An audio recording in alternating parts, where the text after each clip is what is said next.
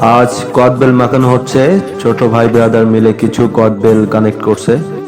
আমরা সবাই মিলে আমার মেজো ভাইকে বলে কদবেল মাখিয়ে নিচ্ছি। ঝাল, লবণ, মশলা, লেবু এবং চিনি দিয়ে কদবেল মাখানো হচ্ছে।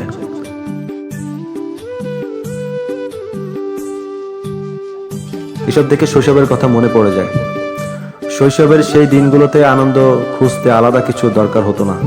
গ্রীষ্মের দুপুরে বা স্কুল ছুটির পর মাঠের ধারে আমরা বন্ধুরা দল বেঁধে ছুটতাম কদবেল গাছের দিকে। হাতে পাথর মেরে কদবেল নামানো, তারপর কে কারে লুকিয়ে লবণ লঙ্কা গুঁড়া জোগাড় করবে, সেই ছিল আসল কাণ্ড।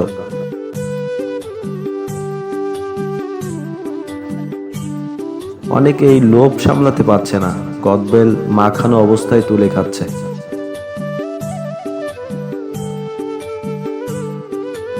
এক একজন চেখে দেখে হাসতে হাসতে বলতো, তোরটা টক বেশি, আমারটা ঝাল বেশি। ঝগড়া বিবাদও হতো মাঝে মাঝে। কদবেলের ভেতরটা হয়ে যেত বাটি, আর সবার হাত মিলেই তৈরি হতো টক মিষ্টি ঝাল মাখানো। কিন্তু শেষে আবার সেই হাসিই জিতত।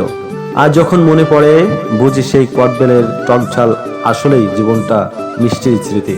দামি খাবার ছিল না, তবুও সেই লুকিয়ে পাওয়া কদবেলে আমাদের শৈশবের সেরা ভোজন আর সবচেয়ে খাঁটি বন্ধুত্বের প্রমাণ।